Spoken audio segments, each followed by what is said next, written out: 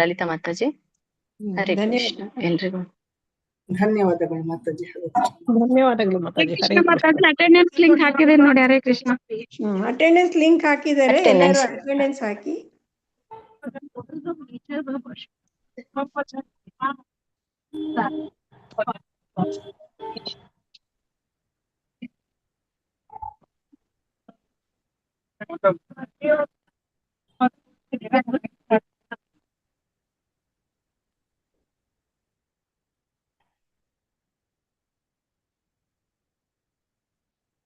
ಹರೇ ಕೃಷ್ಣ. ಎಲ್ಲರಿಗೂ ಕೃಷ್ಣ ದೇವೋತ್ತಮ ಪರಮ ಪುರುಷ ಈ ಓದುವ ತರಗತಿಗೆ ಸ್ವಾಗತವನ್ನು ಕೋರುತ್ತಾ, ನಾವು ಮೊದಲಿಗೆ ನಮ್ಗೆ ಈ ಕೃಷ್ಣ ದೇವೋತ್ತಮ ಪರಮ ಪುರುಷ ಓದಲು ಅವಕಾಶ ಮಾಡಿಕೊಟ್ಟಂತಹ ರಾಧಾ ಗೋವಿಂದ ದೇವಸ್ಥಾನ ಮಂಗಳೂರು ಕುಲ್ಲ ಇಲ್ಲಿ ಅಧ್ಯಕ್ಷರಾದ ನಾಮನಿಷ್ಠ ದಾಸ್ ಪ್ರಭುಜಿಗೆ ನನ್ನ ನಿಮ್ಮೆಲ್ಲರ ಪರವಾಗಿ ಪ್ರಣಾಮಗಳನ್ನು ಸಲ್ಲಿಸ್ತೇನೆ. ಹಾಗೆ ನನ್ನ ಎಲ್ಲಾ ಗುರು ವೃಂದದವರಿಗೂ ಕೂಡ ನನ್ನ ನಿಮ್ಮ ಎಲ್ಲರ ಪರವಾಗಿ ಪ್ರಣಾಮಗಳನ್ನು ಸಲ್ಲಿಸ್ತೇನೆ. ಇಸ್ಕಾನ್ ಫೌಂಡರ್ ಎಸಿ ಭಕ್ತಿ ವೇದಾಂತ ಶ್ರೀಲ ಪ್ರಭುಪಾಲ್ ಇವರಿಗೂ ಕೂಡ ನನ್ನ ನಿಮ್ಮೆಲ್ಲರ ಪರವಾಗಿ ಪ್ರಣಾಮಗಳನ್ನು ಸಲ್ಲಿಸ್ತೇನೆ.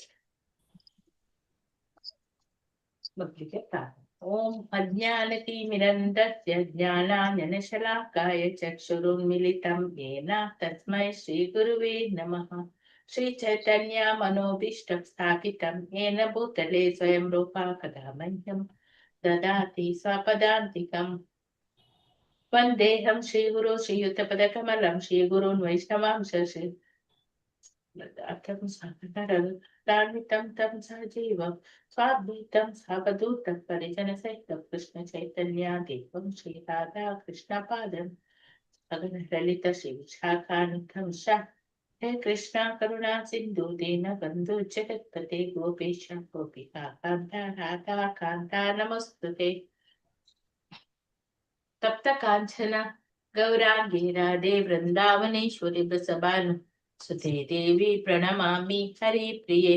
ವಾಂಛಾ ಕಲ್ಪತರುಭ್ಯಶ್ಚ ಕೃಪಾ ಸಿಂಧುಭ್ಯ ಏವ ಚ ಪತಿತಾನಾಂ ಪಾವನೇಭ್ಯೋ ವೈಷ್ಣವೇಭ್ಯೋ ನಮೋ ನಮಃ. ನಮಃ ಓಂ ವಿಷ್ಣುಪಾದಾಯ ಕೃಷ್ಣ ಪ್ರೇಷ್ಠಾಯ ಭೂತಲೆ ಶ್ರೀಮತೆ ಭಕ್ತಿ ವೇದಾಂತ ಸ್ವಾಮಿನ್ ಇತಿ ನಾಮಿನೆ. ನಮಸ್ತೆ ಸರಸ್ವತಿ ದೇವಿ ಗೌರವಾಣಿ ಪ್ರಚಾರಿಣಿ ನಿರ್ವಿಶೇಷ ಶೂನ್ಯವಾದಿ ಪಾಶ್ಚಾತ್ಯ ದೇಶತಾರಿಣಿ. ಜಯ ಶ್ರೀ ಕೃಷ್ಣ ಚೈತನ್ಯ ಪ್ರಭು ನಿತ್ಯಾನಂದ ಶ್ರೀ ಅದ್ವೈತ ಗದಾಧಾರ ಶ್ರೀವಾಸಾದಿ ಗೌರ ಭಕ್ತವೃಂದ. ಹರೇ ಕೃಷ್ಣ ಕೃಷ್ಣ ಕೃಷ್ಣ ಹರೇ ಹರೇ, ಹರೇ ರಾಮ ರಾಮ ರಾಮ ಹರೇ ಹರೇ. ಹರೇ ಕೃಷ್ಣ. ಎಲ್ಲರಿಗೂ ಮತ್ತೊಮ್ಮೆ ಸ್ವಾಗತವನ್ನು ಕೋರುತ್ತಾ ಇಂದಿನ ತರಗತಿಯನ್ನು ಪ್ರಾರಂಭಿಸುವ ಮೊದಲು ಕೃಷ್ಣ ಕೃಷ್ಣ ಕೃಷ್ಣ ಕೃಷ್ಣ ಕೃಷ್ಣ ಕೃಷ್ಣ ಕೃಷ್ಣ ಹೇ. ಕೃಷ್ಣ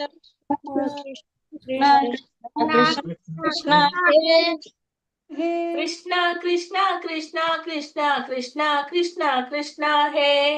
ಕೃಷ್ಣ ಕೃಷ್ಣ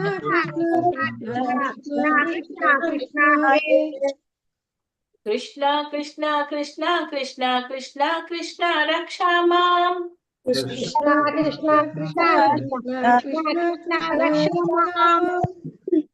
ಕೃಷ್ಣ ಕೃಷ್ಣ ಕೃಷ್ಣ ಕೃಷ್ಣ ಕೃಷ್ಣ ಕೃಷ್ಣ ಪಾಹಿ ಮಾಂ.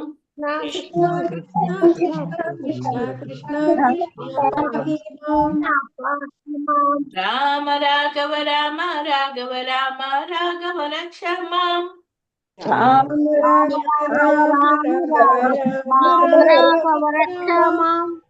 ಕೃಷ್ಣ ಕೇಶವ ಕೃಷ್ಣ ಕೇಶವ ಕೃಷ್ಣ ಕೇಶವ ಪಾಹಿ ಮಾಂ.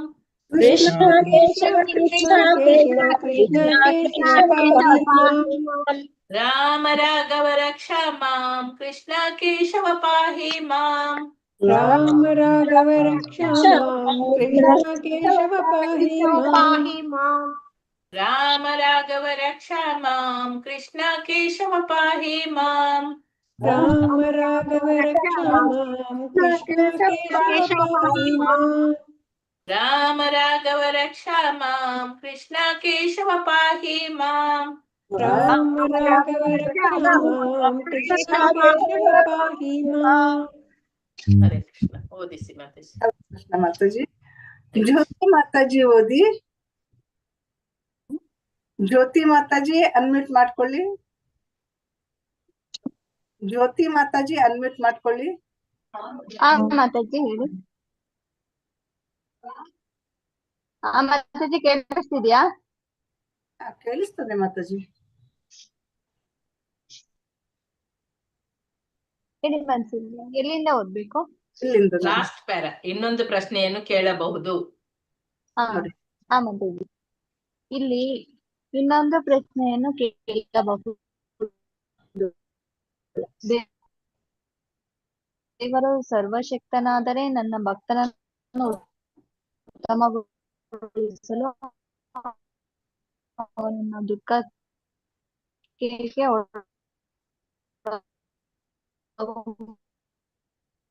ಕ್ಲಿಯರ್ ಇಲ್ಲ, ನನ್ಗೆ ಇಲ್ಲವಾ? ನಿಮ್ಗೆಲ್ಲರಿಗೆ ಕೇಳ್ತದ? ಕೇಳಿಸುದಿಲ್ಲ ಮಾತಾಜಿ. ಇಲ್ಲ ಮಾತಾಜಿ, ಸರಿ ಕೇಳಲ್ಲ.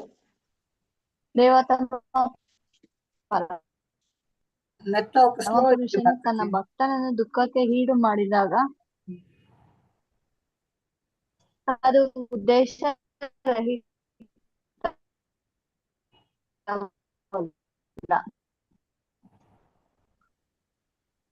ಏನೋ ಕೇಳಿಸ್ತಿಲ್ಲ ಮಾತಾಜಿ.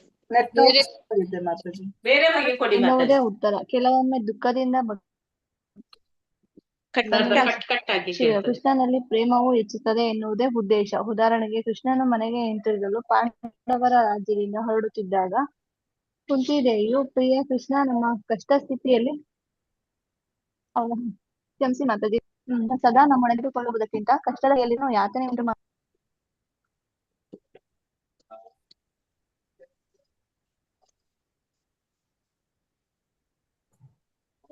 ಹರೇ ಕೃಷ್ಣ.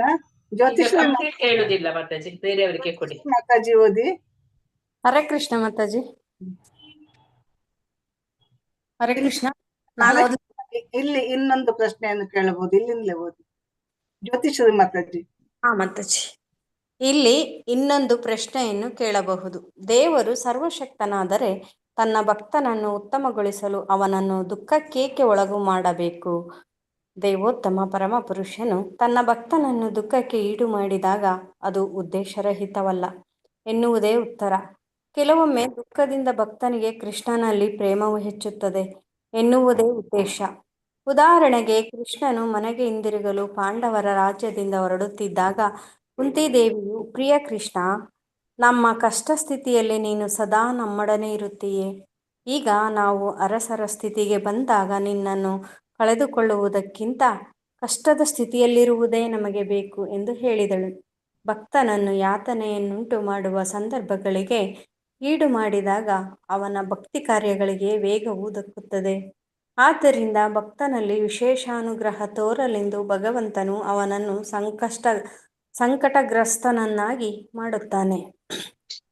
ಇಷ್ಟೇ ಅಲ್ಲದೆ, ಕಹಿಯನ್ನು ಉಂಡವರಿಗೆ ಸುಖದ ಸಿಹಿಯು ಇನ್ನೂ ಸವಿಯಾಗಿರುತ್ತದೆ ಎಂದು ಹೇಳುತ್ತಾರೆ. ಪರಮ ಪ್ರಭುವು ಭಕ್ತರನ್ನ ಕಷ್ಟಗಳಿಂದ ಪಾರು ಮಾಡಲೆಂದೇ ಭೌತಿಕ ಜಗತ್ತಿಗೆ ಇಳಿದು ಬರುತ್ತಾನೆ. ಎಂದರೆ, ಭಕ್ತರು ಕಷ್ಟದಲ್ಲಿ ಇಲ್ಲದಿದ್ದರೆ ಪ್ರಭುವು ಇಳಿದು ಬರುತ್ತಿರಲಿಲ್ಲ. ರಾಕ್ಷಸರನ್ನು, ದುಷ್ಕರ್ಮಿಗಳನ್ನು ಕೊಲ್ಲುತ್ತಾನೆ ಎಂದರೆ ಅವನ ಬಹಿರ್ಶಕ್ತಿಯಾದ ದುರ್ಗಾದೇವತೆಯು ಅಸುರರನ್ನು ಕೊಲ್ಲುವಂತೆ ಅವನ ವಿವಿಧ ಶಕ್ತಿಗಳು ಈ ಕಾರ್ಯವನ್ನ ಮಾಡಬಹುದಾಗಿತ್ತು. ಇಂತಹ ರಾಕ್ಷಸರನ್ನು ಕೊಲ್ಲಲು ತಾನೇ ಇಳಿದು ಬರಬೇಕಾಗಿರಲಿಲ್ಲ. ಆದರೆ ಭಕ್ತನು ಕಷ್ಟದಲ್ಲಿದ್ದಾಗ ಅವನು ಬರಲೇಬೇಕು. ನೃಸಿಂಹ ದೇವರು ಕಾಣಿಸಿಕೊಂಡದ್ದು ಹಿರಣ್ಯಕಶಿಪುವನ್ನು ಕೊಲ್ಲುವುದಕ್ಕಲ್ಲ, ಆದರೆ ಪ್ರಹ್ಲಾದನನ್ನು ಕಂಡು ಅವನನ್ನು ಆಶೀರ್ವದಿಸಲು. ಎಂದರೆ, ಪ್ರಹ್ಲಾದ ಮಹಾರಾಜನು ತುಂಬ ಕಷ್ಟದಲ್ಲಿದ್ದುದರಿಂದ ಪ್ರಭುವು ಕಾಣಿಸಿಕೊಂಡನು. ದಟ್ಟವಾದ ಕತ್ತಲೆಯ ರಾತ್ರಿಯ ನಂತರ ಬೆಳಗಿನಲ್ಲಿ ಸೂರ್ಯೋದಯವಾಗುತ್ತದೆ. ಆಗ ಸಂತೋಷವೆನಿಸುತ್ತದೆ. ಸುಡುವ ಸೆಕೆ ಇದ್ದಾಗ ತಣ್ಣೀರು ಹರ್ಷದಾಯಕವಾಗಿರುತ್ತದೆ. ರಕ್ತವನ್ನು ಹೆಪ್ಪುಗಟ್ಟಿಸುವ ಚಳಿಗಾಲದಲ್ಲಿ ಬಿಸಿ ನೀರಿನಿಂದ ಆನಂದವಾಗುತ್ತದೆ. ಹೀಗೆಯೇ ಭೌತಿಕ ಜಗತ್ತಿನ ಸ್ಥಿತಿಯನ್ನು ಅನುಭವಿಸಿ ಭಕ್ತನು ಪ್ರಭುವು ಅನುಗ್ರಹಿಸಿದ ಆಧ್ಯಾತ್ಮಿಕ ಸುಖವನ್ನು ಆಸ್ವಾದಿಸಿದಾಗ ಅವನ ಸ್ಥಿತಿಯು ಅತ್ಯಂತ ಸಂತೋಷಕರವಾಗಿರುತ್ತದೆ. ಧನ್ಯವಾದಗಳು ಮಾತಾಜಿ. ಹರೇ ಕೃಷ್ಣ ಮಾತಾಜಿ. ಕನ್ನಡ ಸೌಮ್ಯಶ್ರೀ ಮಾತಾಜಿ ಓದಿ. ಕನ್ನಡ ಸೌಮ್ಯಶ್ರೀ ಮಾತಾಜಿ ಅನ್ಮ್ಯೂಟ್. ಹರೇ ಕೃಷ್ಣ ಮಾತಾಜಿ. ಪ್ರಭುವು ಮುಂದುವರೆದು ಹೀಗೆ ಹೇಳಿದನು, ಭಕ್ತನು ಎಲ್ಲ ಪ್ರಾಪಂಚಿಕ ಸಂಪತ್ತನ್ನು ಕಳೆದುಕೊಂಡು ಅವನ ನೆಂಟರು, ಸ್ನೇಹಿತರು ಮತ್ತು ಕುಟುಂಬದವರು ಅವನನ್ನು ದೂರ ಮಾಡಿ ಅವನಿಗೆ ಯಾರು ದಿಕ್ಕಿಲ್ಲದಿದ್ದಾಗ ಅವನು ಸಂಪೂರ್ಣವಾಗಿ ಪ್ರಭುವಿನ ಚರಣ ಕಮಲಗಳಲ್ಲಿ ಆಶ್ರಯ ಪಡೆಯುತ್ತಾನೆ. ಶ್ರೀಲ ನರೋತ್ತಮ ದಾಸ ಠಾಕೂರರು ಹೀಗೆ ಹಾಡಿದ್ದಾರೆ: ನನ್ನ ಪ್ರೀತಿಯ ಕೃಷ್ಣ, ನಂದ ಮಹಾರಾಜನ ಸುತನೆ, ವೃಷಭಾನ ಮಹಾರಾಜನ ಮಗಳಾದ ಶ್ರೀಮತಿ ರಾಧಾರಾಣಿಯೊಂದಿಗೆ ನೀನು ಈಗ ನನ್ನ ಮುಂದೆ ನಿಂತಿದ್ದೀಯೆ. ಈಗ ನಾನು ನಿನಗೆ ಶರಣಾಗತನಾಗುತ್ತಿದ್ದೇನೆ. ದಯವಿಟ್ಟು ನನ್ನನ್ನು ಸ್ವೀಕರಿಸು. ನನ್ನನ್ನು ಒದ್ದು ಬಿಡಬೇಡ. ನೀನಲ್ಲದೆ ನನಗೆ ಬೇರೆ ಆಶ್ರಯವಿಲ್ಲ. ಭಕ್ತನು ಕಷ್ಟ ಸ್ಥಿತಿಯಲ್ಲಿ ಇದ್ದು ಸಂಪತ್ತನ್ನು, ಸಂಸಾರವನ್ನು ಕಳೆದುಕೊಂಡಾಗ ತನ್ನ ಹಿಂದಿನ ಭೌತಿಕ ಸಂಪತ್ತನ್ನು ಪಡೆದುಕೊಳ್ಳಲು ಪ್ರಯತ್ನಿಸುತ್ತಾನೆ. ಅವನು ಮತ್ತೆ ಮತ್ತೆ ಪ್ರಯತ್ನಿಸಿದರೂ ಕೃಷ್ಣನು ಮತ್ತೆ ಮತ್ತೆ ಅವನ ಸಂಪತ್ತನ್ನು ಕೊಂಡು ಬಿಡುತ್ತಾನೆ. ಆಗ ಅವನು ಭೌತಿಕ ಕಾರ್ಯಗಳಲ್ಲಿ ನಿರಾಶನಾಗುತ್ತಾನೆ. ಎಲ್ಲ ಪ್ರಯತ್ನಗಳಲ್ಲಿ ನಿರಾಸೆಯಾಗುವ ಈ ಸ್ಥಿತಿಯಲ್ಲಿ ಅವನು ದೇವೋತ್ತಮ ಪರಮ ಪುರುಷನಿಗೆ ಸಂಪೂರ್ಣವಾಗಿ ಶರಣಾಗತನಾಗಬಲ್ಲ. ತನ್ನ ಭಕ್ತರೊಂದಿಗೆ ಸೇರುವಂತೆ ಇಂತಹ ಜನರಿಗೆ ಪ್ರಭುವು ಅಂತರಂಗದಿಂದ ಪ್ರೇರೇಪಿಸುತ್ತಾನೆ. ಭಕ್ತರ ಸಹವಾಸವನ್ನು ಮಾಡಿ ಅವರು ಸಹಜವಾಗಿ ದೇವೋತ್ತಮ ಪರಮ ಪುರುಷನಿಗೆ ಸೇವೆ ಸಲ್ಲಿಸುವ ಒಲವನ್ನು ತೋರಿಸುತ್ತಾರೆ.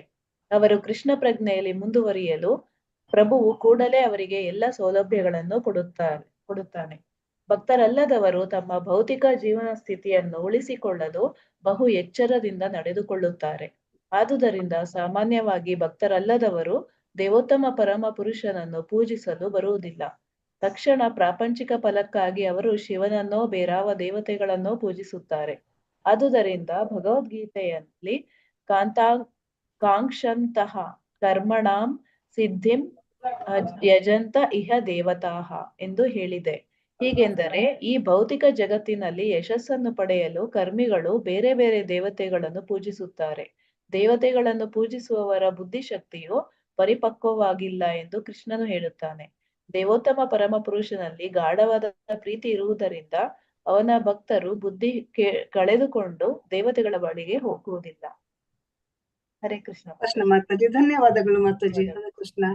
ಕನ್ನಡ ರಾಜತಂಬಟ್ ಪ್ರಭುಜಿ ಓದಿ. ರಾಜತಂಬಟ್ ಪ್ರಭುಜಿ. ವೀಣಾ ಮಾತಾಜಿ. ಹರೇ ಕೃಷ್ಣ. ಹರೇ ಕೃಷ್ಣ ಮಾತಾಜಿ. ಹರೇ ಕೃಷ್ಣ. ಕೃಷ್ಣನು ಹರೇ ಕೃಷ್ಣ.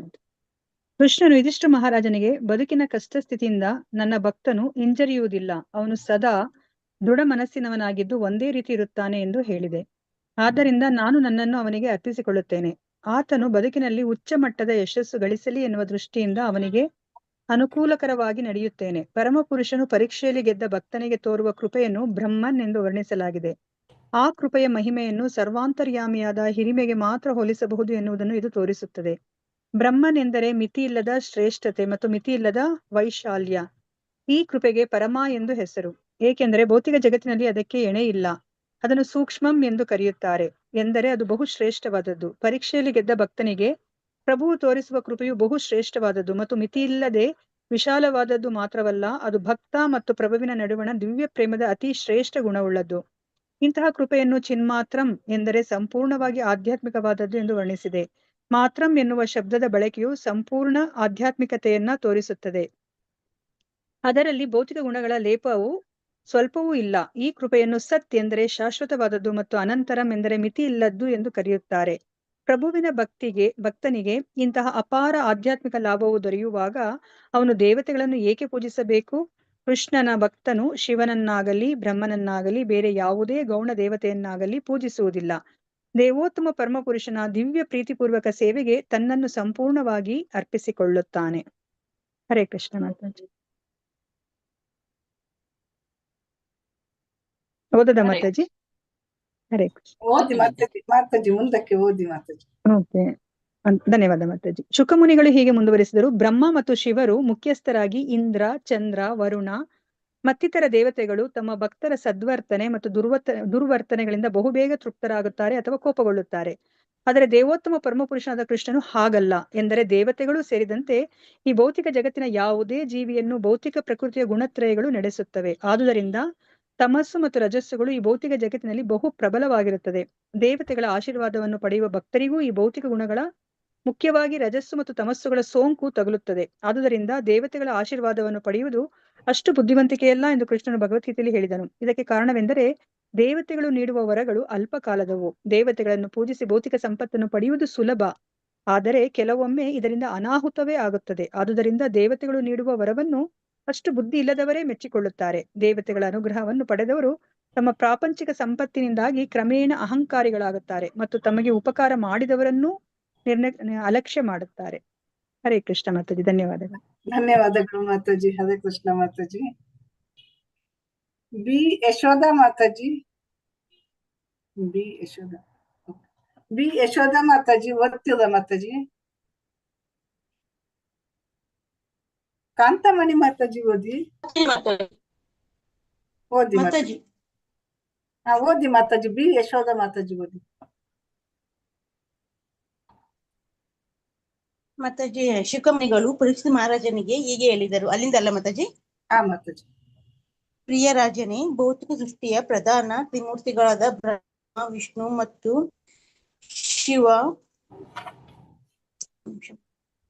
ಶಿವ ಯಾರಿಗಾದರೂ ಅನುಗ್ರಹ ಮಾಡಬಲ್ಲರು, ಶಾಪವನ್ನು ಕೊಡಬಲ್ಲರು. ಈ ತ್ರಿಮೂರ್ತಿಗಳಲ್ಲಿ ಬ್ರಹ್ಮ ಮತ್ತು ಶಿವ ಇವರು ಪ್ರಸನ್ನರಾಗುವುದು ಸುಲಭ, ಕೋಪ ಮಾಡಿಕೊಳ್ಳುವುದು ಸುಲಭ. ಅವರು ಪ್ರಸನ್ನರಾದಾಗ ಸಾಕಷ್ಟು ಯೋಚನೆ ಮಾಡದೆ ವರಗಳನ್ನು ಕೊಡುತ್ತಾರೆ. ಕೋಪ ಬಂದಾಗ ಸಾಕಷ್ಟು ಯೋಚಿಸದೆ ಭಕ್ತರಿಗೆ ಶಾಪ ಕೊಡುತ್ತಾರೆ. ಆದರೆ ವಿಷ್ಣುವಿನ ರೀತಿ ಇದಲ್ಲ. ವಿಷ್ಣುವು ಬಹಳ ವಿಚಾರಪರನು. ಭಕ್ತನು ವಿಷ್ಣುವನ್ನು ಏನನ್ನಾದರೂ ಬೇಡಿದಾಗ ಅಂತಿಮವಾಗಿ ಅದರಿಂದ ಭಕ್ತನಿಗೆ ಒಳ್ಳೆಯದಾಗುತ್ತದೆಯೇ ಎಂದು ವಿಷ್ಣುವು ಮೊದಲು ಯೋಚಿಸುತ್ತಾನೆ. ಕಡೆಗೆ ಭಕ್ತನಿಗೆ ಅನರ್ಥವೇ ಆಗುವ ವರವನ್ನು ವಿಷ್ಣುವು ಕೊಡುವುದೇ ಇಲ್ಲ. ತನ್ನ ದಿವ್ಯ ಸ್ವಭಾವದಿಂದಾಗಿ ಅವನು ಸದಾ ಕೃಪಾಮಯನು. ಆದುದರಿಂದ ಯಾವುದೇ ವರವನ್ನು ಕೊಡುವ ಮೊದಲು ಅದರಿಂದ ಭಕ್ತನಿಗೆ ಶುಭವಾಗುವುದೇ ಎಂದು ಪರಿಶೀಲಿಸುತ್ತಾನೆ.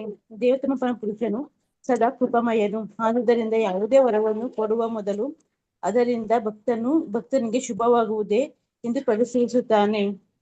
ದೇವೋತ್ತಮ ಪರಮಪುರುಷನು ಸದಾ ದಯಾಮಯನಾದ್ದರಿಂದ ಅವನು ಒಬ್ಬ ರಾಕ್ಷಸನನ್ನು ಕೊಂದಂತೆ ಕಂಡಾಗ ಅಥವಾ ಭಕ್ತನ ವಿಷಯದಲ್ಲಿ ಕೋಪ ಮಾಡಿಕೊಂಡಂತೆ ಕಂಡಾಗ ಅವನು ಮಾಡುವುದೆಲ್ಲ ಶುಭಕರವೇ. ಆದುದರಿಂದ ದೇವೋತ್ತಮ ಪರಮಪುರುಷನನ್ನು ಸರ್ವಮಂಗಳವೆಂದು ಕರೆಯುತ್ತಾರೆ. ಅವನು ಮಾಡುವುದೆಲ್ಲ ಮಂಗಳಕರವೇ.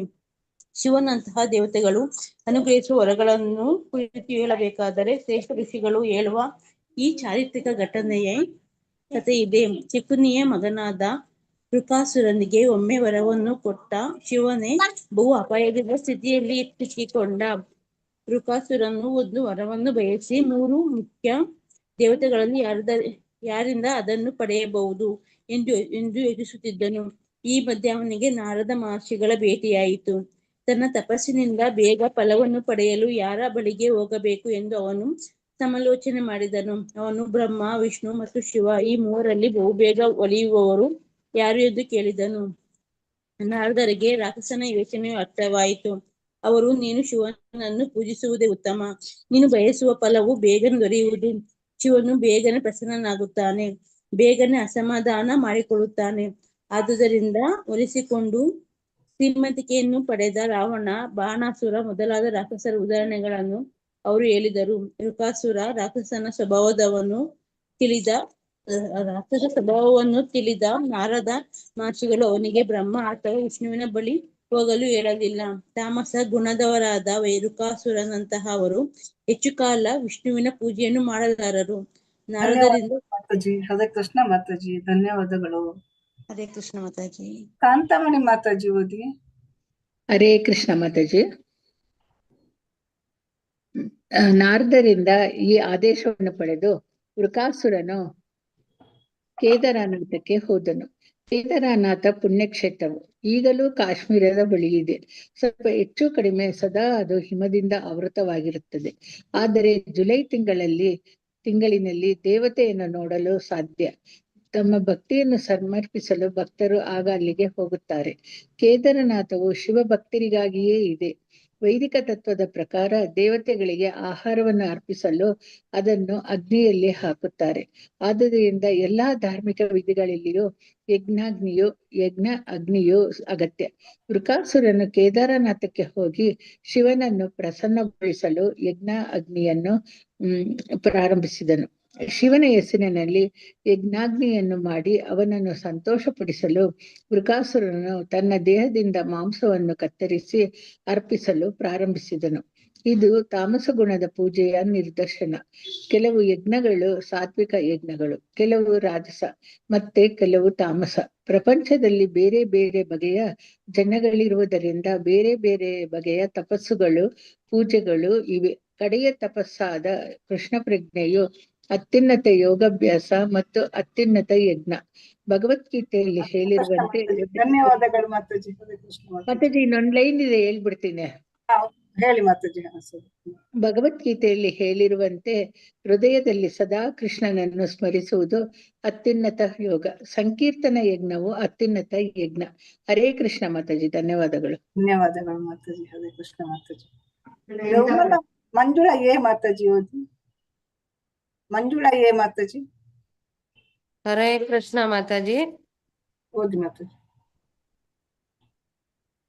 ದೇವತೆಗಳನ್ನು ಪೂಜಿಸುವವರು ಬುದ್ಧಿಯನ್ನು ಕಳೆದುಕೊಂಡಿರುತ್ತಾರೆ ಎಂದು ಭಗವದ್ಗೀತೆಯಲ್ಲಿ ಹೇಳಿದೆ. ಈ ಅಧ್ಯಾಯದಲ್ಲಿ ಮುಂದೆ ತೋರಿಸಿಕೊಡುವಂತೆ ಅಲ್ಪಕಾಲದ ಮತ್ತು ನಿಜವಾಗಿ ಒಳ್ಳೆಯದನ್ನು ಮಾಡದ ಕ್ಷುಲ್ಲಕ ಪ್ರಾಪಂಚಿಕ ಗುರಿಗಾಗಿ ವೃಕಾಸುರನು ಶಿವನನ್ನು ಸಂತೋಷಪಡಿಸಲು ಬಯಸಿದನು. ಅಸುರರು ಅಥವಾ ತಾಮಸ ಗುಣದವರು ದೇವತೆಗಳಿಂದ ಇಂತಹ ವರಗಳನ್ನು ಪಡೆದುಕೊಳ್ಳುತ್ತಾರೆ. ಈ ತಾಮಸ ಗುಣದ ಯಜ್ಞಕ್ಕೆ ಸಂಪೂರ್ಣವಾಗಿ ಪ್ರತಿಯಾದದ್ದು ವಿಷ್ಣು ಅಥವಾ ಕೃಷ್ಣನನ್ನು ಪೂಜಿಸುವ ಅರ್ಚನಾ ವಿಧಿ. ಇದು ಬಹಳ ಸರಳ. ಶ್ರೀಮಂತನಾಗಲಿ ಬಡವನಾಗಲಿ ತನ್ನ ಭಕ್ತನಿಂದ ತಾನು ಸುಲಭವಾಗಿ ಸಂಪಾದಿಸಬಹುದಾದ ಒಂದು ಹಣ್ಣು, ಒಂದು ಹೂವು ಅಥವಾ ಒಂದಿಷ್ಟು ನೀರನ್ನು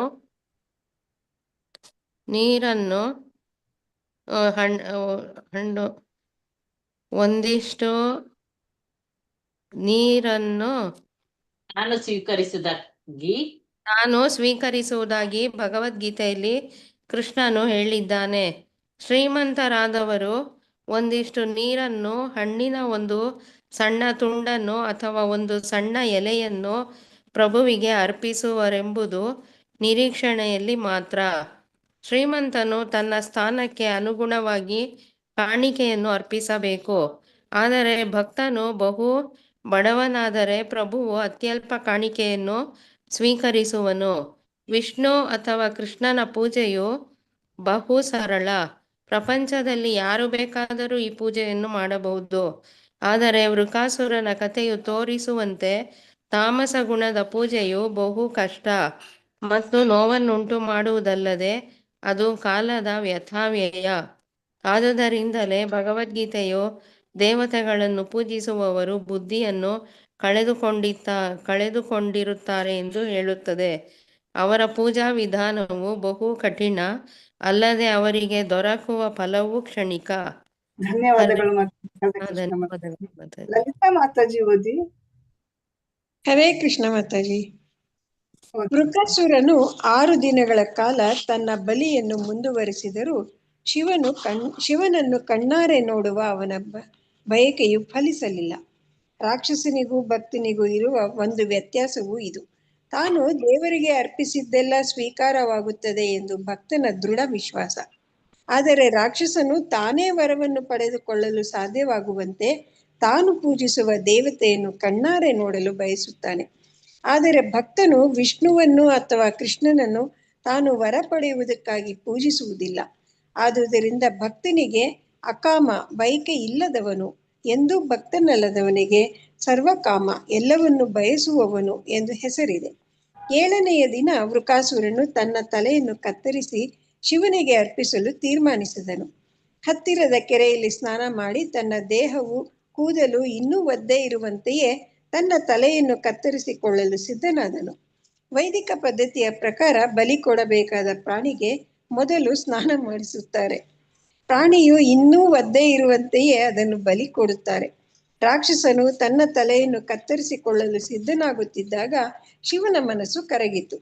ಆದರೆ ಕರುಣೆಯು ಸಾತ್ವಿಕ ಗುಣದ ಲಕ್ಷಣ. ಶಿವನನ್ನು ತ್ರಿಲಿಂಗ ಎಂದು ಕರೆಯುತ್ತಾರೆ. ಅವನ ಕರುಣೆಯು ಸಾತ್ವಿಕ ಗುಣದ ಲಕ್ಷಣ. ಕರುಣೆಯು ಪ್ರತಿಯೊಂದು ಜೀವಿಯಲ್ಲಿಯೂ ಇದೆ. ರಾಕ್ಷಸನು ಯಜ್ಞಾಗ್ನಿಗೆ ತನ್ನ ಮಾಂಸವನ್ನೇ ಅರ್ಪಿಸುತ್ತಿದ್ದುದರಿಂದ ಶಿವನಲ್ಲಿ ಕರುಣೆಯು ಉಕ್ಕಿತು. ಸಹಜವಾದ ಕರುಣೆ. ಯಾರಾದರೂ ಆತ್ಮಹತ್ಯೆ ಮಾಡಿಕೊಳ್ಳಲು ಸಿದ್ಧವಾಗುತ್ತಿರುವುದನ್ನು ಸಾಮಾನ್ಯ ಮನುಷ್ಯನೂ ಕಂಡರೂ ಅವನನ್ನು ಉಳಿಸಲು ಪ್ರಯತ್ನಿಸುವುದು ಆ ಮನುಷ್ಯನ ಕರ್ತವ್ಯ. ಅವನನ್ನು ಬೇಡಿಕೊಳ್ಳುವ ಅಗತ್ಯವೇ ಇಲ್ಲ. ರಾಕ್ಷಸನು ಆತ್ಮಹತ್ಯೆಯನ್ನು ಮಾಡಿಕೊಳ್ಳುವುದನ್ನು ತಡೆಯಲು ಶಿವನು ಅಗ್ನಿಯಿಂದ ಹೊರಬಂದದ್ದು ದೊಡ್ಡ ಉಪಕಾರವೇನೂ ಅಲ್ಲ.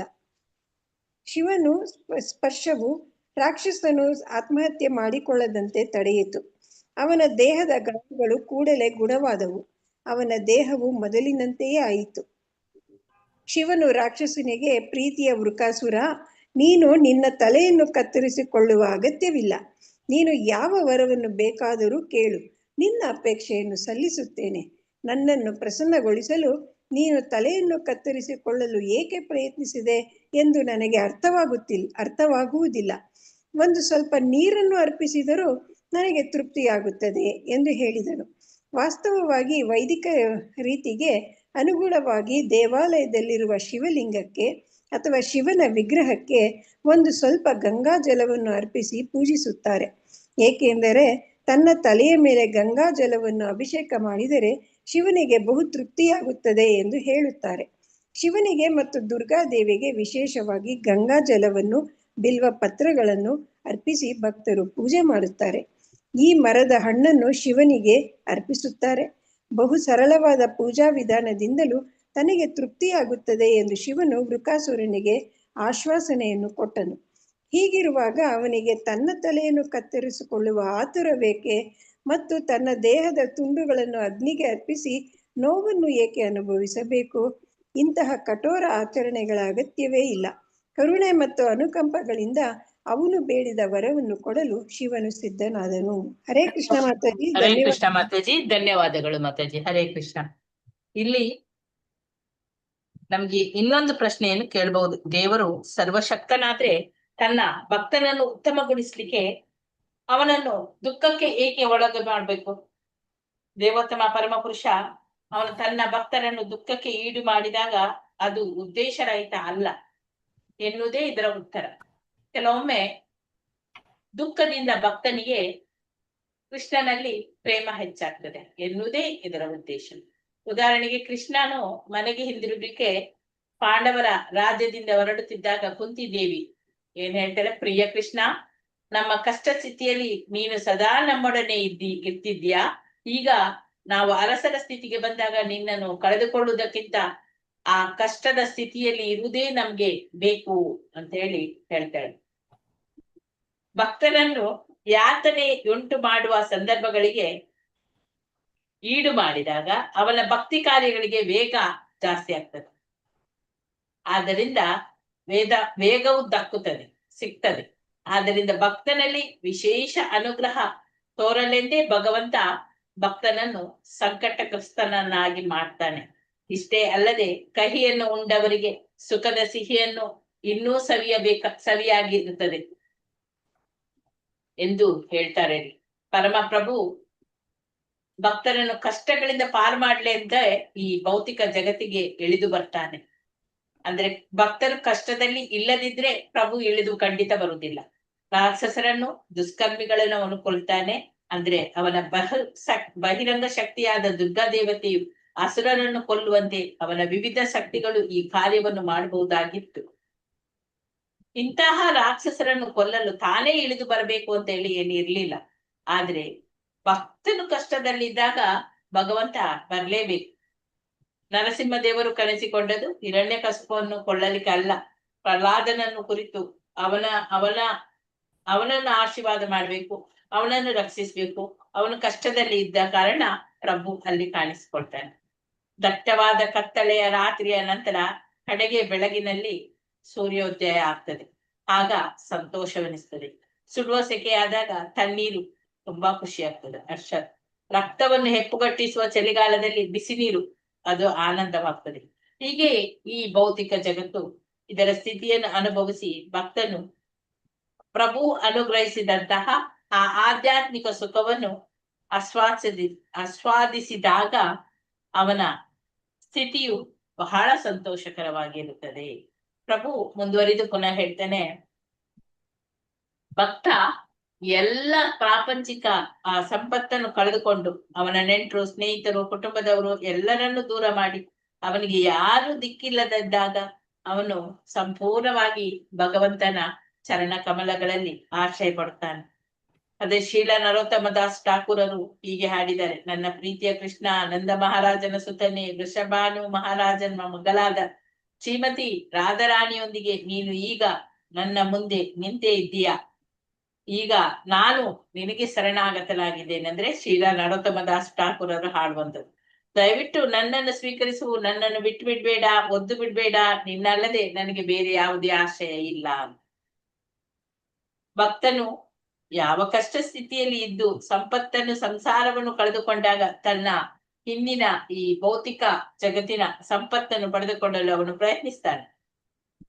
ಅವನು ಮತ್ತೆ ಮತ್ತೆ ಪ್ರಯತ್ನಿಸಿದ್ರು ಕೃಷ್ಣ ಮತ್ತೆ ಮತ್ತೆ ಅವನ ಸಂಪತ್ತನ್ನು ತೆಗೆದುಕೊಂಡೇ ಬಿಡ್ತಾನೆ. ಆಗ ಅವನು ಈ ಭೌತಿಕ ಕಾರ್ಯಗಳಲ್ಲಿ ನಿರಾಸನಾಗ್ತಾನೆ.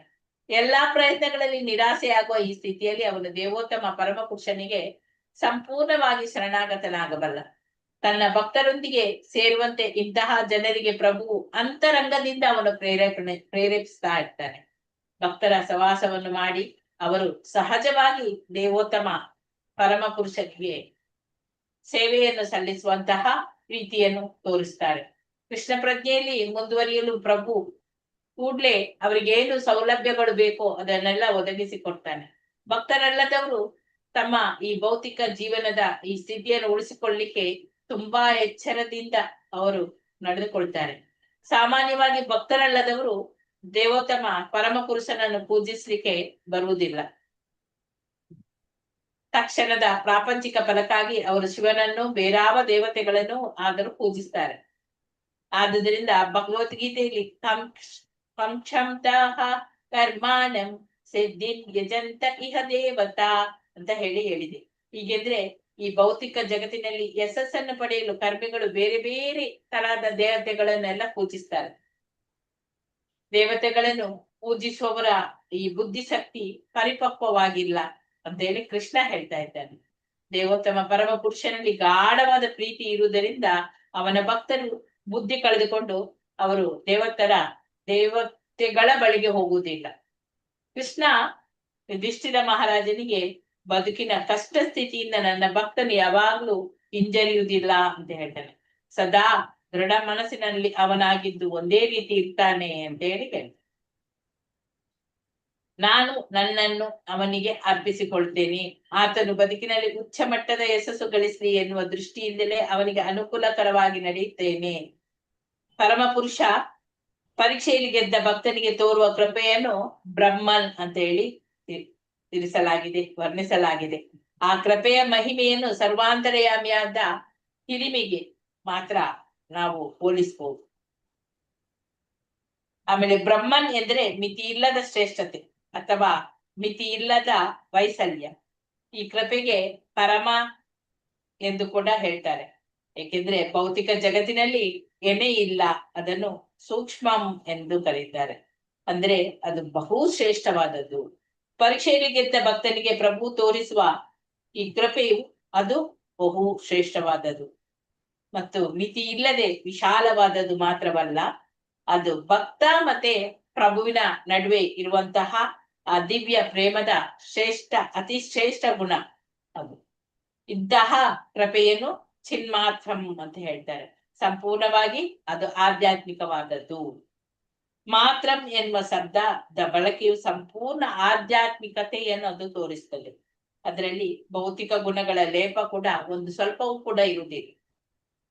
ಈ ಕೃಪೆಯನ್ನು ಸತ್ ಎಂದರೆ ಶಾಶ್ವತವಾದದ್ದು ಮತ್ತು ಅನಂತರಂ ಎಂದರೆ ಮಿತಿ ಇಲ್ಲದದ್ದು ಅಂತ ಹೇಳಿ ಕರೀತಾರೆ. ಪ್ರಭುವಿನ ಭಕ್ತನಿಗೆ ಇಂತಹ ಅಪಾರವಾದ ಆಧ್ಯಾತ್ಮಿಕ ಲಾಭವು ದೊರೆಯುವಾಗ ಅವನು ದೇವತೆಗಳನ್ನು ಯಾಕೆ ಪೂಜಿಸ್ತಾನೆ? ಕೃಷ್ಣನ ಭಕ್ತನು ಶಿವನನ್ನಾಗಲಿ ಅಥವಾ ಬ್ರಹ್ಮನ್ನಾಗಲಿ ಅಥವಾ ಬೇರೆ ಯಾವುದೇ ದೇವತೆಗಳನ್ನಾಗಲಿ ಅವನು ಪೂಜಿಸುವುದಿಲ್ಲ. ದೇವೋತ್ತಮ ಪರಮಪುರುಷನ ದಿವ್ಯ ಪ್ರೀತಿಪೂರ್ವಕ ಸೇವೆಗೆ ತನ್ನನ್ನು ಅವನು ಸಂಪೂರ್ಣವಾಗಿ ಬಳಸಿಕೊಳ್ತಾನೆ, ಅರ್ಪಿಸಿಕೊಳ್ತಾನೆ.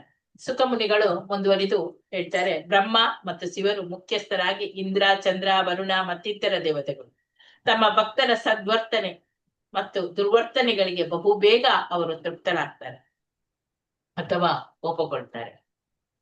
ಆದ್ರೆ ದೇವೋತ್ತಮ ಪರಮಪುರುಷನಾದ ಕೃಷ್ಣ ಹಾಗೆ ಅಲ್ಲ. ಅವನು ದೇವತೆ ಸೇರಿದಂತೆ ಈ ಭೌತಿಕ ಜಗತ್ತಿನ ಯಾವುದೇ ಜೀವಿಯನ್ನು ಭೌತಿಕ ಪ್ರಕೃತಿಯ ಗುಣತ್ರಯಗಳು ನಡೆಸ್ತವೆ.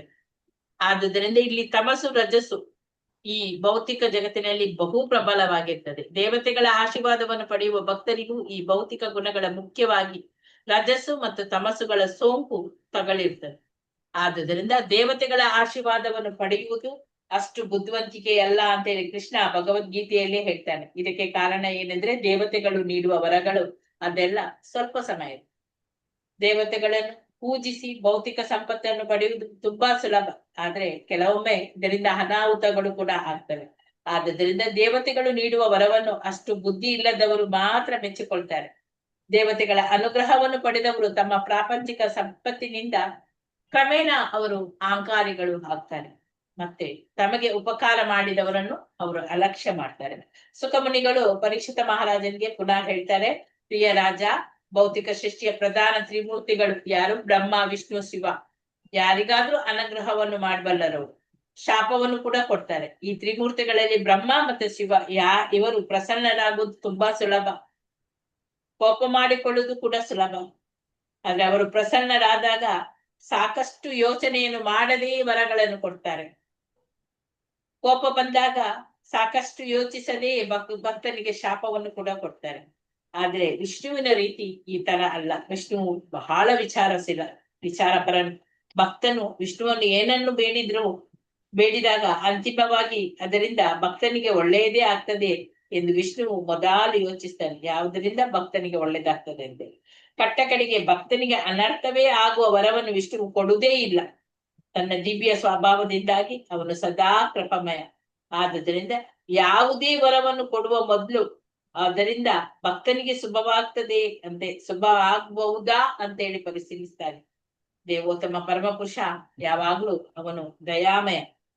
ಒಬ್ಬ ರಾಕ್ಷಸನನ್ನು ಕೊಂದಂತೆ ಕಂಡಾಗ ಅಥವಾ ಭಕ್ತನ ವಿಷಯದಲ್ಲಿ ಕೋಪ ಮಾಡಿಕೊಂಡಂತೆ ಕಂಡಾಗ ಕೂಡ ಅವನು ಮಾಡುವುದೆಲ್ಲ ಒಳ್ಳೆಯದಕ್ಕಾಗಿ ಶುಭಕರ, ಮಾಡುವುದೆಲ್ಲ ಶುಭಕರವೇ. ಆದುದರಿಂದ ದೇವೋತ್ತಮ ಪರಮಪುರುಷನು ಸರ್ವಮಂಗಳ ಅಂತೇಳಿ ಅವನನ್ನು ಕರೀತಾರೆ. ಅವನು ಮಾಡುವುದೆಲ್ಲ ಮಂಗಳಕರವೇ ಆಗಿರ್ತದೆ.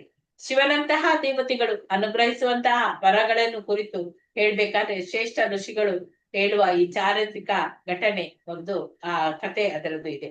ಶಕುನಿಯ ಮಗ ಪ್ರಕಾಶರ ಅವನಿಗೆ ಒಮ್ಮೆ ವರವನ್ನು ಕೊಟ್ಟು ಶಿವ ತುಂಬಾ ಅಪಾಯದಲ್ಲಿ ಸಿಕ್ಕಿಕೊಂಡ. ಪ್ರಕಾಶರನು ಒಂದು ವರವನ್ನು ಬಯಸಿ 3 ಮುಖ್ಯ ದೇವತೆಗಳಲ್ಲಿ ಯಾರಿಂದ ಅದನ್ನು ಪಡೆಯಬಹುದು ಅಂತೇಳಿ ಯೋಚಿಸ್ತಿದ್ದ. ಆ ಮಧ್ಯೆ ಅವನಿಗೆ ನಾರದ ಮಹರ್ಷಿಗಳ ಭೇಟಿಯಾಯ್ತು. ತನ್ನ ತಪಸ್ಸಿನಿಂದ ಬೇಗ ಫಲವನ್ನು ಪಡೆಯಲು ಯಾರ ಬಳಿಗೆ ಹೋಗ್ಬೇಕು ಅಂತೇಳಿ ಅವನು ಸಮಾಲೋಚನೆ ಮಾಡಿದ ನಾರದ ಮುನಿಗಳಲ್ಲಿ. ಅವನು ಬ್ರಹ್ಮ, ವಿಷ್ಣು ಮತ್ತು ಶಿವ ಈ ಮೂವರಲ್ಲಿ ಬಹುಬೇಗ ಒಳಿಯುವವರು ಯಾರು ಅಂತ ಕೇಳಿದ. ಆಗ ನಾರದರಿಗೆ ರಾಕ್ಷಸನ ಯೋಚನೆ ಅರ್ಥ ಆಗ್ತದೆ. ಅವನು ಕೂಡ್ಲೆ ನೀನು ಶಿವನನ್ನೇ ಪೂಜಿಸುವುದು ಉತ್ತಮ ಅಂತ ಹೇಳ್ತಾರೆ. ನೀನು ಬಯಸುವ ಫಲ ಅದು ಬೇಗನೆ ದೊರೆಯುತ್ತದೆ. ಶಿವನು ಬೇಗ ಪ್ರಸನ್ನನಾಗ್ತಾನೆ, ಬೇಗನೆ ಅಸಮಾಧಾನ ಕೂಡ ಅವನು ಮಾಡಿಕೊಳ್ತಾನೆ. ಆದುದರಿಂದ ನೀನು ಶಿವನನ್ನೇ ಪೂಜಿಸಿ ನೋಡು ಅಂತ ಹೇಳ್ತಾನೆ. ಶಿವನನ್ನು ಪ್ರಾರ್ಥಿಸಿದ ಮಾತ್ರಕ್ಕೆ ಅವನನ್ನು ಒಲಿಸಿಕೊಂಡು ಶ್ರೀಮಂತಿಕೆಯನ್ನು ಪಡೆದ ರಾವಣ, ಬಾಣಾಸುರ ಮೊದಲಾದ ರಾಕ್ಷಸರ ಉದಾಹರಣೆಗಳನ್ನೆಲ್ಲ ಹೇಳ್ತಾರೆ. ವೃಕಾಸುರ ಮತ್ತೆ ರಾಕ್ಷಸನ ಅವನ ಸ್ವಭಾವವನ್ನು ತಿಳಿದ ನಾರದ ಮಹರ್ಷಿಗಳು ಅವನಿಗೆ ಬ್ರಹ್ಮ ಮತ್ತು ವಿಷ್ಣುವಿನ ಬಳಿ ಹೋಗ್ಲು ಹೇಳಲಿಲ್ಲ. ತಾಮಸ ಗುಣದವರಾದ ವೃಕಾಸುರನಂತವರು ಹೆಚ್ಚು ಕಾಲ ವಿಷ್ಣುವಿನ ಪೂಜೆ ಮಾಡ್ಲಾರರು. ನಾರದರಿಂದ ಈ ಆದೇಶವನ್ನು ಪಡೆದ ನಂತರ ವೃಕಾಸುರ ಕೇದಾರನಾಥಕ್ಕೆ ಹೋಗ್ತಾನೆ. ಕೇದಾರನಾಥ ಪುಣ್ಯಕ್ಷೇತ್ರ, ಈಗಲದು ಕಾಶ್ಮೀರದಲ್ಲಿ ಇದೆ. ಸ್ವಲ್ಪ ಹೆಚ್ಚು ಕಡಿಮೆ ಅದು ಹಿಮದಿಂದ ಆವೃತವಾಗಿಯೇ ಇರ್ತದೆ. ಆದ್ರೆ ಜುಲೈ ತಿಂಗಳಲ್ಲಿ ದೇವತೆಯನ್ನು ನೋಡಲು ಸಾಧ್ಯ. ತಮ್ಮ ಭಕ್ತಿಯನ್ನು ಸಮರ್ಪಿಸಲು ಭಕ್ತರು ಆಗ ಅಲ್ಲಿಗೆ ಹೋಗ್ತಾರೆ. ಕೇದಾರನಾಥ ಅದು ಶಿವಭಕ್ತರಿಗಾಗಿಯೇ ಇದೆ. ವೈದಿಕ ತತ್ವದ ಪ್ರಕಾರ ದೇವತೆಗಳಿಗೆ ಆಹಾರವನ್ನು ಅರ್ಪಿಸಲು ಅದನ್ನು ಅಗ್ನಿಯಲ್ಲೇ ಹಾಕ್ತಾರೆ. ಆದುದರಿಂದ ಎಲ್ಲಾ ಧಾರ್ಮಿಕ ವಿಧಿಗಳಲ್ಲಿ ಕೂಡ ಯಜ್ಞಾಗ್ನಿ ಅದು ಅಗತ್ಯ. ಪ್ರಕಾಶರನು ಕೇದಾರನಾಥಕ್ಕೆ ಹೋಗಿ ಶಿವನನ್ನು ಪ್ರಸನ್ನಗೊಳಿಸಬೇಕಂತೇಳಿ ಯಜ್ಞಾಗ್ನಿಯನ್ನು ಪ್ರಾರಂಭ ಮಾಡ್ತಾನೆ. ಶಿವನ ಹೆಸರಿನಲ್ಲಿ ಯಜ್ಞಾಗ್ನಿಯನ್ನು ಮಾಡಿ ಅವನನ್ನು ಸಂತೋಷಪಡಿಸಲು ಪ್ರಕಾಶರನು ತನ್ನ ದೇಹದಿಂದಲೇ ಮಾಂಸವನ್ನು ಕತ್ತರಿಸಿ ಅರ್ಪಿಸಲು ಪ್ರಾರಂಭಿಸಿದನು. ಇದು ತಾಮಸ ಗುಣದ ಪೂಜೆಯ ನಿದರ್ಶನ. ಕೆಲವು ಯಜ್ಞಗಳನ್ನು ಸಾತ್ವಿಕ ಯಜ್ಞಗಳು, ಕೆಲವು ರಾಜಸ ಮತ್ತೆ ಕೆಲವು ತಾಮಸ. ಪ್ರಪಂಚದಲ್ಲಿ ಬೇರೆ ಬೇರೆ ಬಗೆಯ ಜನಗಳು ಇರುವುದರಿಂದ ಬೇರೆ ಬೇರೆ ಬಗೆಯ ತಪಸ್ಸುಗಳು, ಪೂಜೆಗಳು ಇರ್ತದೆ. ಕಡೆಯ ತಪಸ್ಸಾದ ಕೃಷ್ಣ ಪ್ರಜ್ಞೆಯು ಅತ್ಯುನ್ನತ ಯೋಗಾಭ್ಯಾಸ ಮತ್ತು ಅತ್ಯುನ್ನತ ಯಜ್ಞ. ಭಗವದ್ಗೀತೆಯಲ್ಲಿ ಹೇಳಿದಂತೆ ಹೃದಯದಲ್ಲಿ ಸದಾ ಕೃಷ್ಣನನ್ನು ಸ್ಮರಿಸುವುದು ಅದು ಅತ್ಯುನ್ನತವಾದ ಯೋಗ. ಸಂಕೀರ್ತನ ಯಜ್ಞ ಅತ್ಯುನ್ನತ ಯಜ್ಞ. ದೇವತೆಗಳನ್ನು ಪೂಜಿಸುವವರು ಬುದ್ಧಿಯನ್ನು ಕಳೆದುಕೊಂಡಿರ್ತಾರೆ ಎಂದು ಭಗವದ್ಗೀತೆಯಲ್ಲಿ ಹೇಳಿದೆ. ಈ ಅಧ್ಯಾಯದಲ್ಲಿ ಮುಂದೆ ತೋರಿಸಿಕೊಡುವಂತೆ ಅಲ್ಪಕಾಲದ ಮತ್ತು ನಿಜವಾಗಿ ಒಳ್ಳೆಯದನ್ನು ಮಾಡದ ಕ್ಷುಲ್ಲಕ ಪ್ರಾಪಂಚಿಕ ಗುರಿಗಾಗಿ ಪ್ರಕಾಶರನು ಶಿವನನ್ನು ಸಂತೋಷಪಡಿಸಲಿಕ್ಕೆ ಬಯಸ್ತಾನೆ.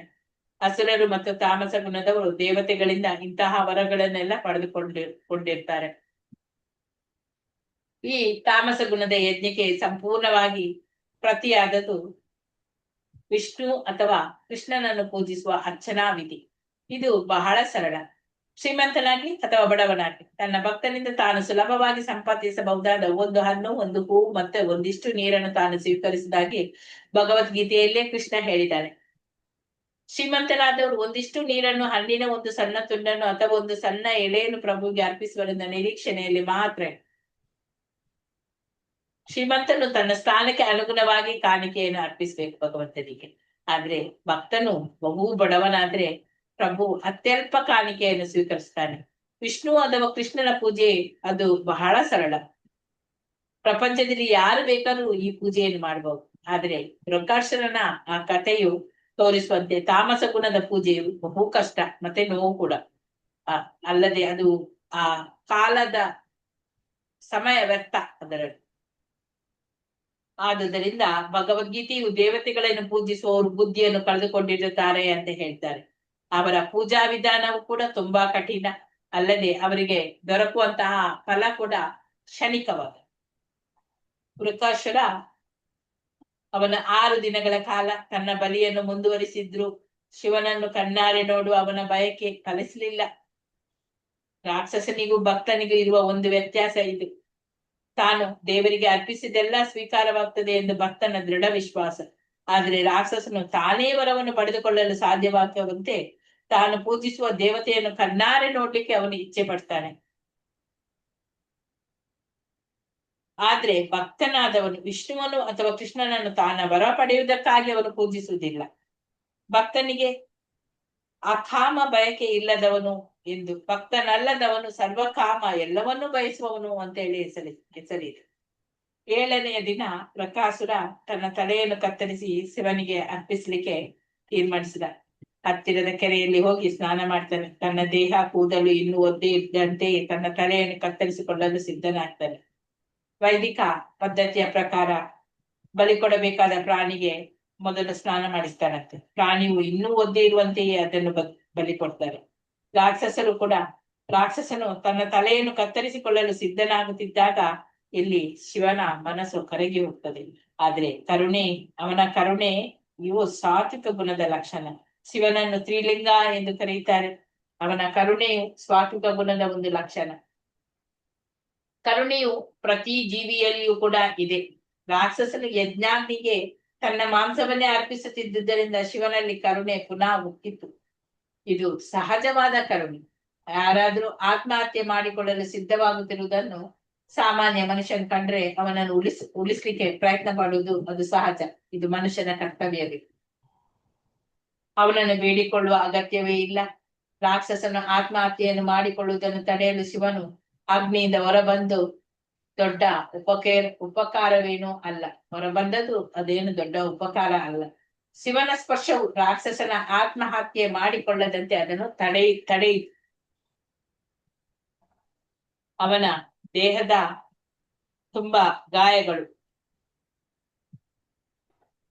ಕೂಡಲೇ ಗುಣ ಆದವು. ಅವನ ದೇಹವು ಮೊದಲಿನಂತೆ ಆಯಿತು. ಶಿವನು ಆ ರಾಕ್ಷಸನಿಗೆ, ಪ್ರೀತಿಯ ಬೃಕಾಸುರ, ನೀನು ನಿನ್ನ ತಲೆಯನ್ನು ಕತ್ತರಿಸಿಕೊಳ್ಳುವ ಅಗತ್ಯವಿಲ್ಲ. ನೀನು ಯಾವ ವರವನ್ನು ಬೇಕಾದ್ರೂ ಕೇಳು, ನಿನ್ನ ಅಪೇಕ್ಷೆಯನ್ನು ಸಲ್ಲಿಸ್ತೇನೆ. ನನ್ನನ್ನು ಪ್ರಸನ್ನಗೊಳಿಸಲಿಕ್ಕೋಸ್ಕರ ನೀನು ನಿನ್ನ ತಲೆಯನ್ನು ಕತ್ತರಿಸಿಕೊಳ್ಳಲು ಏಕೆ ಪ್ರಯತ್ನಿಸಿದೆ? ಇದು ನನಗೆ ಅರ್ಥ ಆಗುದಿಲ್ಲ. ಒಂದು ಸ್ವಲ್ಪ ನೀರನ್ನು ಅರ್ಪಿಸಿದ್ರು ನನಗೆ ಅದು ತೃಪ್ತಿ ಆಗ್ತದೆ ಅಂತ ಹೇಳ್ತಾನೆ.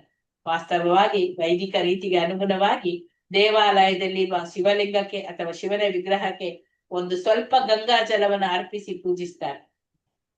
ಯಾಕೆಂದ್ರೆ ತನ್ನ ತಲೆಯ ಮೇಲೆ ಗಂಗಾ ಜಲವನ್ನು ಅಭಿಷೇಕ ಮಾಡಿದ್ರೆ ಶಿವನಿಗೆ ತುಂಬಾ ತೃಪ್ತಿ ಆಗ್ತದೆ. ಶಿವನಿಗೆ ಮತ್ತು ದುರ್ಗಾದೇವಿಗೆ ವಿಶೇಷವಾಗಿ ಗಂಗಾ ಜಲವನ್ನು, ಬಿಲ್ವ ಪತ್ರಗಳನ್ನು ಅರ್ಪಿಸಿ ಭಕ್ತರು ಪೂಜೆ ಮಾಡ್ತಾರೆ. ಈ ಮರದ ಹಣ್ಣನ್ನು ಶಿವನಿಗೆ ಅರ್ಪಿಸ್ತಾರೆ. ಬಹು ಸರಳವಾದ ಪೂಜಾ ವಿಧಾನದಿಂದಲೂ ತನಗೆ ತೃಪ್ತಿ ಆಗ್ತದೆ ಎಂದು ಶಿವನು ವಕ್ರಾಸುರನಿಗೆ ಆಶ್ವಾಸನೆಯನ್ನು ಕೂಡ ಕೊಟ್ಟ. ಹೀಗಿರುವಾಗ ಅವನಿಗೆ ತನ್ನ ತಲೆಯನ್ನು ಕತ್ತರಿಸಿಕೊಳ್ಳುವ ಆತುರವೇಕೆ ಮತ್ತು ತನ್ನ ದೇಹದ ತುಂಡುಗಳನ್ನು ಅಗ್ನಿಗೆ ಅರ್ಪಿಸಿ ನೋವನ್ನು ಏಕೆ ಅನುಭವಿಸಬೇಕು? ಇಂತಹ ಕಠೋರ ಆಚರಣೆಗಳ ಅಗತ್ಯ ಇಲ್ಲ. ಕರುಣೆ ಮತ್ತು ಅನುಕಂಪಗಳಿಂದ ಅವನು ಬೇಡಿದ ವರವನ್ನು ಕೊಡಲು ಶಿವ ಯಾವಾಗ್ಲೂ ಸಿದ್ಧನಾಗಿದ್ದಾನೆ. ಶಿವನು ರಾಕ್ಷಸನಿಗೆ ಈ ಅವಕಾಶವನ್ನು ಕೊಟ್ಟಾಗ ಅಲ್ಲಿ ಒಂದು ಭಯಂಕರವಾದ ಮತ್ತು ಅಸಹ್ಯವಾದ ವರವನ್ನು ಕೇಳಿದ್ದಾನೆ ಇವನು.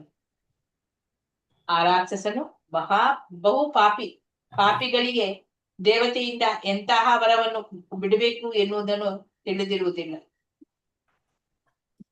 ಇದು ಓದಿ ಆಗಿದೆ ಮಾತಾಜಿ? ಇಲ್ಲ ಮಾತಾಜಿ, ಇಲ್ಲ, ಇಲ್ಲಿ ತನಕನೇ ಆಗಿದೆ. ಎಷ್ಟಾಯ್ತು ಟೈಮ್? 2 minutes ಇದೆ ಮಾತಾಜಿ. ಒಂದು ಪ್ಯಾರ ಓದಬಹುದು, ಓದಿ. ಲಕ್ಷ್ಮೀ PM ಮಾತಾಜಿ ಓದಿ. ಮಾತಾಜಿ, ಶಿವನು ರಾಕ್ಷಸನಿಗೆ ಈ ಅವಕಾಶವನ್ನು ಕೊಟ್ಟಾಗ ಅವನು ಒಂದು ಭಯಂಕರವಾದ ಮತ್ತು ಅಸಹ್ಯವಾದ ವರವನ್ನು ಕೇಳಿದನು. ಆ ರಾಕ್ಷಸನು ಬಹು ಪಾಪಿಗಳಿಗೆ ದೇವತೆಯಿಂದ ಎಂತಹ ವರವನ್ನು ಬೇಡಬೇಕು ಎನ್ನುವುದು ತಿಳಿದಿರುವುದಿಲ್ಲ. ತಾನು ಯಾರ ತಲೆಯನ್ನಾದರೂ ಮುಟ್ಟಿದರೆ ಅದು ಕೂಡಲೇ ಒಡೆದು ಮನಸ್ಸನ್ನು ಸಾಯಬೇಕು ಎನ್ನುವ ವರವನ್ನು ಬೇಡಿದನು. ಭಗವದ್ಗೀತೆಯಲ್ಲಿ ಅಸುರರನ್ನು ದುಷ್ಕೃತ್ಯನರು ಅಥವಾ ದುಷ್ಕರ್ಮಿಗಳೆಂದು ವರ್ಣಿಸಿದೆ. ಕೃತಿ ಎಂದರೆ ಬಹು ಪುಣ್ಯಕರವಾದದ್ದು. ಅದಕ್ಕೆ ದುಷ್ ಎನ್ನುವ ಪ್ರತ್ಯಯವನ್ನು ಸೇರಿಸಿದರೆ ಅಸಹ್ಯಕರ ಎಂದು ಅರ್ಥವಾಗುತ್ತದೆ. ದೇವೋತ್ತಮ ಪರಮಪುರುಷನಿಗೆ ಶರಣಾಗುವುದರ ಬದಲು ದುಷ್ಕೃತಿನರು ಹೇಸಿಗೆಯಾಗುವ ಪ್ರಾಪಂಚಿಕ ಲಾಭಗಳಿಗಾಗಿ ಬೇರೆ ದೇವತೆಗಳನ್ನು ಪೂಜಿಸುತ್ತಾರೆ. ಕೆಲವೊಮ್ಮೆ ಇಂತಹ ರಾಕ್ಷಸರು ಭೌತಿಕ ವಿಜ್ಞಾನಿಗಳಾಗಿ ವಿನಾಶಕರ ಅಸ್ತ್ರಗಳನ್ನು ಕಂಡುಹಿಡಿಯುತ್ತಾರೆ. ಮನುಷ್ಯನನ್ನು ಮೇಲೆ ಮಾಡಿ ಮಾತಾಜಿ. ಸಾವಿನಿಂದ ಉಳಿಸಬಲ್ಲದಂತಹುದನ್ನು ಕಂಡುಹಿಡಿದು ಇವರು ತಮ್ಮ ಒಳ್ಳೆಯ ಶಕ್ತಿಯನ್ನು ತೋರಿಸಲಾರರು. ಅದರ ಬದಲು ಸಾವಿನ ಪ್ರಕೃತಿಯನ್ನು ಇನ್ನೂ ವೇಗಗೊಳಿಸುವ ಅಸ್ತ್ರಗಳನ್ನು ಕಂಡುಹಿಡಿಯುತ್ತಾರೆ. ಶಿವನಿಗೆ ಯಾವ ವರವನ್ನಾದರೂ ಕೊಡಬಲ್ಲ ಶಕ್ತಿ ಇದೆ. ಮಾನವ ಕುಲಕ್ಕೆ ಉಪಕಾರವಾಗುವಂತಹ ಏನನ್ನಾದರೂ ರಾಕ್ಷಸನು ಕೇಳಬಹುದಾಗಿತ್ತು. ಆದರೆ ತನ್ನ ವೈಯಕ್ತಿಕ ಲಾಭಕ್ಕಾಗಿ ತಾನು ಯಾರ ತಲೆಯನ್ನು ಮುಟ್ಟಿದರೆ ಅವರು ಕೂಡಲೇ ಸಾಯಬೇಕು ಎಂದು ಕೇಳಿದನು. ಶಿವನಿಗೆ ರಾಕ್ಷಸನ ಉದ್ದೇಶವು ಅರ್ಥವಾಯಿತು. ಅವನು ಕೇಳಿದ ವರವನ್ನು ಕೊಡುವುದಾಗಿ ಆಶ್ವಾಸನೆಯನ್ನು ನೀಡಿದುದಕ್ಕಾಗಿ ವಿಷಾದವಾಯಿತು. ಅವನು ತನ್ನ ಆಶ್ವಾಸನೆಯನ್ನು ಹಿಂದಕ್ಕೆ ತೆಗೆದುಕೊಳ್ಳುವಂತಿರಲಿಲ್ಲ. ಆದರೆ ಮಾನವ ಸಮಾಜಕ್ಕೆ ವಿಪತ್ಕಾರಕವಾದ ವರವನ್ನು ಕೊಡುತ್ತಿದ್ದೇನೆಂದು ಅವನಿಗೆ ದುಃಖವಾಯಿತು. ರಾಕ್ಷಸರಿಗೆ ಬುದ್ಧಿ ಮತ್ತು ಯೋಗ್ಯತೆ ಇದ್ದರೂ ಅವುಗಳನ್ನು ಅಸಹ್ಯಕರ ಕಾರ್ಯಗಳಲ್ಲಿ ಬಳಸುತ್ತಾರೆ. ಆದುದರಿಂದಲೇ ಅವರನ್ನು ದುಷ್ಕೃತಿನರು, ದುಷ್ಟರು ಎಂದು ವರ್ಣಿಸುವುದು. ಉದಾಹರಣೆಗೆ, ಕೆಲವೊಮ್ಮೆ ಭೌತಿಕ ಪ್ರಪಂಚದ ವಿಜ್ಞಾನಿಗಳು ಒಂದು ವಿನಾಶಕರ ಅಸ್ತ್ರವನ್ನು ಕಂಡುಹಿಡಿಯುತ್ತಾರೆ. ಇಂತಹ ವೈಜ್ಞಾನಿಕ ಸಂಶೋಧನೆಗೆ ಬಹು ಒಳ್ಳೆಯ ಮಿದುಳೇ ಬೇಕು. ಆದರೆ ಮಾನವ ಸಮಾಜಕ್ಕೆ ಉಪಕಾರವಾಗುವಂತಹುದನ್ನು ಕಂಡುಹಿಡಿಯುವ ಬದಲು ಆಗಲೇ ಪ್ರತಿಯೊಬ್ಬ ಮನುಷ್ಯನಿಗೂ ಅನಿವಾರ್ಯವಾದ ಸಾವಿನ ವೇಗವನ್ನು ಹೆಚ್ಚಿಸಲು ಏನನ್ನಾದರೂ ಕಂಡುಹಿಡಿಯುತ್ತಾರೆ. ಹಾಗೆಯೇ ವೃಕಾಸುರನು ಮಾನವ ಸಮಾಜಕ್ಕೆ ಉಪಕಾರವಾಗುವಂತಹ ವರವನ್ನು ಕೇಳದೆ ಬಹು ಅಪಾಯಕರವಾದ ವರವನ್ನು ಕೇಳಿದನು. ಆದುದರಿಂದ ಶಿವನಿಗೆ ತನ್ನೊಳಗೆ ದುಃಖವಾಯಿತು. ಆದರೆ ದೇವೋತ್ತಮ ಪರಮಪುರುಷನ ಭಕ್ತರು ವಿಷ್ಣು ಅಥವಾ ಕೃಷ್ಣನಿಂದ ಏನನ್ನೂ ಬೇಡುವುದಿಲ್ಲ. ಪ್ರಭುವಿನಿಂದ ಏನನ್ನಾದರೂ ಬೇಡಿದರೂ ಅದು ಮನುಷ್ಯ ಕುಲಕ್ಕೆ ಅಪಾಯಕರವಾದದ್ದಲ್ಲ. ರಾಕ್ಷಸರಿಗೂ ಮತ್ತು ಭಕ್ತರಿಗೂ ಅಥವಾ ಶಿವನನ್ನು ಆರಾಧಿಸುವವರಿಗೂ ವಿಷ್ಣುವನ್ನು ಆರಾಧಿಸುವವರಿಗೂ ಇದೇ ವ್ಯತ್ಯಾಸ. ಧನ್ಯವಾದಗಳು ಮಾತಾಜಿ. ಹರೇ ಕೃಷ್ಣ. ಹರೇ ಕೃಷ್ಣ. ಶಿವನು ರಾಕ್ಷಸನಿಗೆ ಈ ಅವಕಾಶವನ್ನು ಕೊಟ್ಟಾಗ ಅವನು ಒಂದು ಭಯಂಕರವಾದ ಮತ್ತು ಅಸಹ್ಯವಾದ ವರವನ್ನು ಕೇಳ್ತಾನೆ. ಪ್ರಕಾಶದ ಬಹು ಪಾಪಿಯವನು. ಪಾಪಿಗಳಿಗೆ ದೇವತೆಯಿಂದ ಎಂತ ವರವನ್ನು ಬೇಡಬೇಕು ಅಂತ ಹೇಳಿ ಗೊತ್ತಿರುವುದಿಲ್ಲ. ತಾನು ಯಾರ ತಲೆಯನ್ನಾದ್ರೂ ಮುಟ್ಟಿದ್ರೆ ಅದು ಕೂಡ್ಲೆ ಒಡೆದು ಮನುಷ್ಯನು ಸಾಯ್ಬೇಕು ಎಂತಹ ವರವನ್ನು ಕೇಳ್ತಾನೆ. ಭಗವದ್ಗೀತೆಯಲ್ಲಿ ಅಸುರರನ್ನು ದುಷ್ಕೃತಿನರು ಅಥವಾ ದುಷ್ಕರ್ಮಿಗಳು ಅಂತ ಹೇಳಿ ಹೇಳ್ತಾರೆ. ಕೃತಿ ಎಂದ್ರೆ ಪುಣ್ಯಕರವಾದದ್ದು. ಅದಕ್ಕೆ ದುಸ್ ಎನ್ನುವ ಪ್ರತ್ಯಯವನ್ನು ಸೇರಿಸಿದ್ರೆ ಅದು ಅಸಹ್ಯಕರ ಅಂತೇಳಿ ಅರ್ಥ ಆಗ್ತದೆ. ದೇವೋತ್ತಮ ಪರಮಪುರುಷನಿಗೆ ಶರಣಾಗುವುದರ ಬದಲು ದುಷ್ಕೃತಿನರು ಏಸಿಗೆ ಆಗುವಂತಹ ಪ್ರಾಪಂಚಿಕ ಲಾಭಗಳಿಗಾಗಿ ಬೇರೆ ದೇವತೆಗಳನ್ನೆಲ್ಲ ಪೂಜಿಸ್ತಾರೆ. ಕೆಲವೊಮ್ಮೆ ಇಂಥ ರಾಕ್ಷಸರು ಭೌತಿಕ ವಿಜ್ಞಾನಿಗಳಾಗಿ ವಿನಾಶಕಾರ ಅಸ್ತ್ರಗಳನ್ನು ಕಂಡುಹಿಡಿತಾರೆ.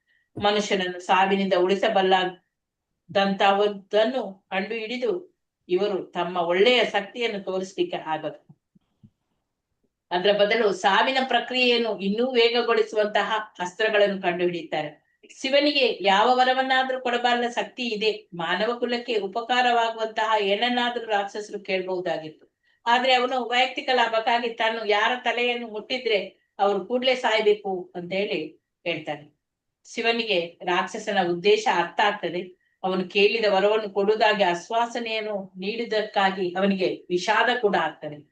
ನಾನು ಈ ರೀತಿ ಹೇಳಿದೆ ಅಲ್ಲ ಅಂತ ಹೇಳಿ ಅವನು ತನ್ನ ಆಶ್ವಾಸನೆಯನ್ನು ಹಿಂದಕ್ಕೆ ತೆಗೆದುಕೊಳ್ಳುವಂತೆ ಕೂಡ ಇರ್ಲಿಲ್ಲ. ಆದ್ರೆ ಮಾನವ ಸಮಾಜಕ್ಕೆ ವಿಪತ್ಕಾರವಾದ ವರವನ್ನು ಕೊಡ್ತಿದ್ದೇನೆ ಅಂತ ಹೇಳಿ ಅವನಿಗೆ ತುಂಬಾ ದುಃಖ ಆಗ್ತದೆ. ರಾಕ್ಷಸರಿಗೆ ಬುದ್ಧಿ ಮತ್ತು ಯೋಗ್ಯತೆ ಇದ್ರೂ ಕೂಡ ಅವುಗಳನ್ನು ಅಸಹ್ಯಕರ ಕಾರ್ಯದಲ್ಲಿ ಬಳಸ್ತಾರೆ. ಆದುದರಿಂದ ಅವರನ್ನು ದುಷ್ಕೃತ್ಯನರು, ದುಷ್ಟರು ಅಂತ ಹೇಳಿ ವರ್ಣಿಸುದು.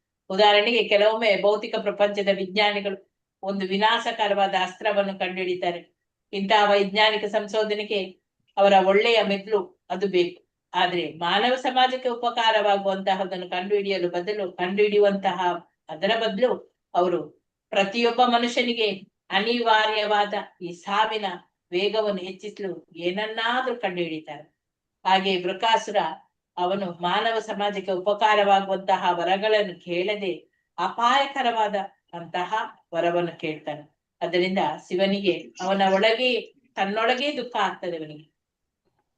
ಆದ್ರೆ ದೇವೋತ್ತಮ ಪರಮ ಪುರುಷನು ಭಕ್ತರು ವಿಷ್ಣು ಮತ್ತು ಕೃಷ್ಣನಿಂದ ಏನನ್ನು ಕೂಡ ಬೇಡುವುದಿಲ್ಲ. ದೇವೋತ್ತಮ ಪರಮ ಪುರುಷನಾದ ವಿಷ್ಣುವಿನ ಭಕ್ತರು ಏನನ್ನೂ ಬೇಡುವುದಿಲ್ಲ. ಪ್ರಭುವಿನಿಂದ ಏನನ್ನಾದ್ರೂ ಬೇಡಿದ್ರು ಅದು ಮನುಷ್ಯ ಕುಲಕ್ಕೆ ಅಪಾಯಕಾರವಾದದನ್ನು ಅವರು ಬೇಡುವುದಿಲ್ಲ. ರಾಕ್ಷಸರಿಗೂ ಮತ್ತೆ ಭಕ್ತರಿಗೂ ಅಥವಾ ಶಿವನನ್ನು ಆರಾಧಿಸುವವರಿಗೂ ವಿಷ್ಣುವಿನನ್ನು ಆರಾಧಿಸಿರುವವರಿಗೂ ಇದೇ ವ್ಯತ್ಯಾಸ ಇರುವಂತದ್ದು. ನಾಳೆ ಇನ್ನು ಕಂಟಿನ್ಯೂ ಮಾಡೋಣ. ವಾಂಛಾ ಕಲ್ಪತರೂಪಸ್ಯ ಕೃಪಾ ಸಿಂಧುಭ್ಯ ಏವ ಚ ಪತಿತಾನಾಂ ಪಾವನೇಭ್ಯೋ ವೈಷ್ಣವೇಭ್ಯೋ ನಮೋ ನಮಃ.